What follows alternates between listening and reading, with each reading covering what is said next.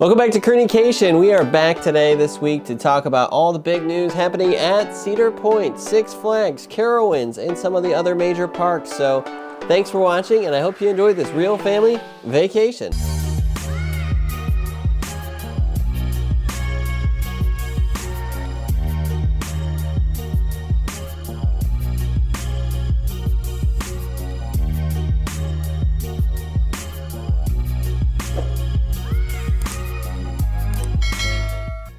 All right, welcome back. Thanks for watching. So to start off, we normally start with all the news at Cedar Point. So a big shout out to Fun Food Blog on this first two stories actually that I found while scrolling during midweek. But first thing on the agenda for Cedar Point news is that the Iron Dragon roller coaster was added to the Fast Lane front of the line program. So if you're not familiar with Fast Lane, it's like your skip the line, front of the line pass for Cedar Point. So they have two versions of Fastlane. They have Fastlane Standard and then Fastlane Plus. Fastlane Plus does cost more money, but it does include some of your big major attractions like Maverick, Top Thrill 2, Sirens Curse is going to be on Fastlane Plus, but previously Iron Dragon did not have a Fastlane line, and as part of the construction around Sirens Curse, they are moving the queue. So sounds like they are going to be adding a fast lane to this attraction. So for those who do have fast lane in 2025, you can use it on Iron Dragon. In other news, thank you again, Fun Food Blog. I feel like I've just been on your site a ton this week. So if you're not following him on Twitter, or check out his blog, I'll put links in the description below. It's definitely a great resource for Cedar Point and other park news. But the second thing that I wanted to talk about was changes to the ADA Disability Pass. So previously at Cedar Point, you were able to go to guest services and get a basically disability pass. So if you had bad hip pain, bad back pain, you couldn't wait in line, you were able to get a pass that allowed you to basically go to the back of the line, say, hey, I'll come back, the line is 30 minutes. I'll come back to the line instead of waiting, so you don't have to stand up and wait in line. And then you return, you go right to the front, right?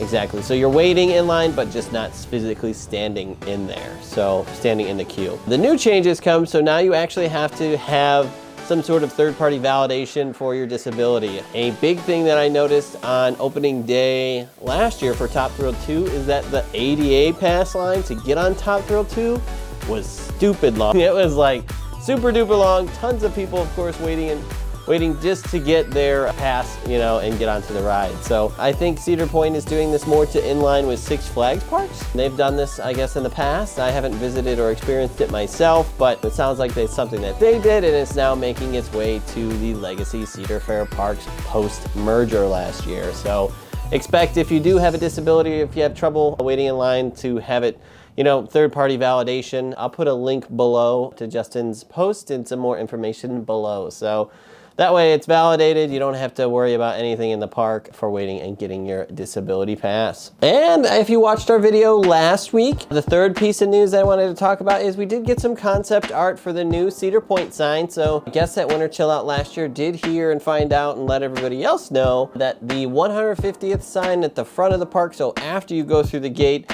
is being removed. So we will be getting a new sign this year, and I'll put a, just put a picture of it here. It looks pretty good. So the 150th season obviously was 5 years ago, so it's time for that to go.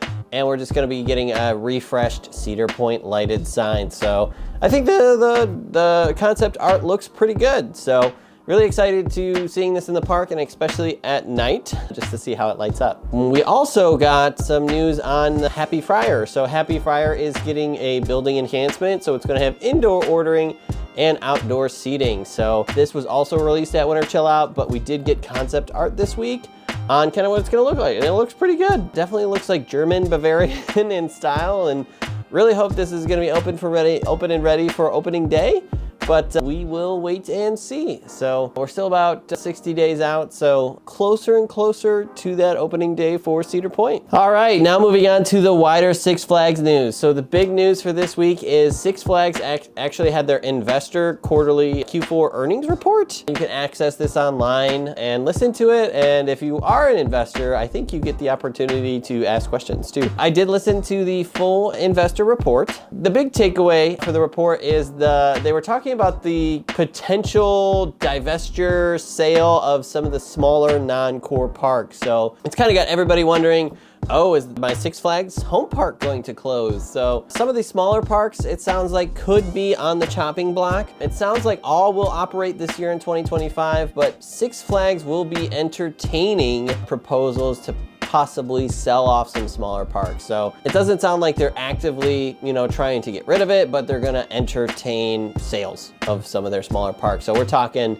Michigan Adventure, Valley Fair, Six Flags Darien Lake, Six Flags Great Escape. So some of those smaller non-core parks. Of course, things like Kings Island, Cedar Point, Six Flags Great Adventure, Magic Mountain Knott's are pretty much guaranteed safe. Those are kind of some of the bigger hitters that I could not see them selling. They did say they're also looking to sell some land. So King's Dominion sounds like they have some land that they're not using, that they own, that they could be selling. On the call, they said, near one of their Richmond parks, assuming that's King's Dominion. So they might be selling some nearby land from that park. Nothing that's in use today, but might have been reserved for future development. They did say on the call that they did something like this back in 2008 for Canada's Wonderland, I think north of Toronto. They sold about, I think, 80 acres or something like that back in 2008. So sounds like something that they've done in the past, but we're really interested. We're gonna keep an eye on, if any other parks are going to be up to be sold from the Six Flags chain. So this was part of their Project Accelerate. So they just kind of finished like the data gathering stage, the initial stage for this. So we'll definitely be keeping an eye on it. And other news during the call, Richard Zimmerman, the CEO, did go through the 11 parks that are receiving new attractions this year for 2025. So really hopeful. It did sound like they were, their kind of strategy is, hey, come check out something new at this park to help drive guest attendance. So starting off, the first thing they actually mentioned was Cedar Point's Sirens Curse and the anticipated reopening of Top Thrill 2. And they actually said that these two are something that every coaster enthusiast should experience. So it sounds like Six Flags is really excited for Cedar Point opening these two new rides. And after Cedar Point, they did mention Six Flags Great America is receiving its dive coaster, Wrath of Rakshasa. So this is going to be the first new ride at Six Flags Great America in over 5 years. Canada's Wonderland will be receiving its new roller coaster, Alpine Fury. Six Flags New England, I am actually excited for this one. May not be on everybody's list, but this is a family launch coaster, Quantum Accelerator, I think it's called. So I've never been out that way, and now that we have the all park and it works at all Six Flags parks, I am definitely potentially putting that on my list this year. Something we've talked about before, King's Dominion's Rapterra. So this is the launched wing coaster that opens at the end of this month. At Six Flags Great Adventure, Flash Vertical Velocity is going to be open this year in 2025. It was actually promised for 2024, but did not open. So it is opening this year. Fingers crossed. And Six Flags Over Georgia is going to get the Georgia Gold Rusher. They also mentioned the Hurricane Harbor, so like the water park at Magic Mountain out in California, and then Six Flags Over Texas are getting enhancements. Carowinds, Camp Snoopy is getting 2 new attractions. We've talked about those. And last but not least, Six Flags Fiesta Texas, I think it's getting a total of 4 new attractions down in their DC universe. And one other thing that there's been some buzz around after the investor call is there was mention on the call that the Six Flags, so Legacy Six Flags parks, are actually more efficient or currently operating more efficiently than the Legacy Cedar Fair parks. And it's kind of sparked some discussion on how do you define efficient? So if you're talking, the least amount of cost to operate the park, yeah, Six Flags could really have ousted some of the Legacy Cedar Fair parks, but a lot of people are saying that doesn't really mean that those parks had a good guest experience. So we'll definitely keep an eye on this. Of course, our main concern is that Cedar Fair isn't headed that way towards higher efficiency and lower guest experience. They did reiterate on their call is their primary goals and targets for all the parks in the chain is to increase park attendance. They've used the phrase, comfortably crowded, increase season pass sales, increase guest experience. So, and they also want to lower the cost to operate those parks, of course. So It sounds like it's a very delicate dance. How do you make cuts and increase efficiency by also maintaining, I guess, satisfaction? So for me, I hate a busy day at the parks. Comfortably crowded sounds awful to me, but I understand it. They're investors, they're trying to make money. It's a business. But I always look for the days that nobody else wants to go, right? Is it raining? I'm going to the park. Those types of days. So obviously less crowded days, lower wait times is good for me. I spend less money. I don't have to pay for premium experiences if it's a lighter day, but I get it. They're out there to make money, and their goal is to have more people there, more people in the park, sell more season passes, and sell more fast lanes. So we'll be keeping an eye on this. And the last thing I wanted to mention from the investor call is there was a question about the all park passport and, you know, how are they taking this into consideration with growth? And to them, it's still not a huge factor that they consider. Their real primary, you know, strategy seems to be on local attendance. So it's a modest factor, I think they said. So definitely nothing huge, but who knows, something in the future that they could consider more about people traveling to parks like me. So I'm definitely, you know, worth traveling to visit other parks, especially now that the all park pass includes all the Six Flags parks. So moving on to the next big news for this week, Six Flags Great Adventure Kingda Ka has officially been demolished. So the top hat, 456 feet tall, was demolished, imploded, exploded. Here's some footage of it. Definitely wild to see. I actually know somebody who lives pretty close to the park, and they said that they could actually hear it. They're about 5-6 miles away, so the local government did send out, you know, like an Amber Alert type thing saying, hey, you're gonna hear a loud boom.